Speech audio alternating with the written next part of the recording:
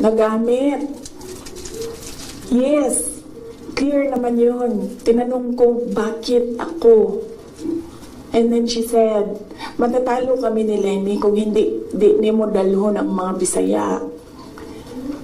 Kaya nagbigay ako ng options. Bisaya nanan. De La Rosa, Bongo, Manny Pacquiao. And then she said na hindi kakayanin. Except for Manny Pacquiao, hindi naman siya nagsabi na hindi kakayanin. Ang sinabi lang niya, nag-refuse si Senator Manny Pacquiao. So, of course, ginamit nila ako para manalo sila. Obvious naman yun. Gusto niyo makita yung survey? Hindi ko siya dala. Pero next time dalhin ko and then pwede kayo tumingin pero hindi kayo pwede.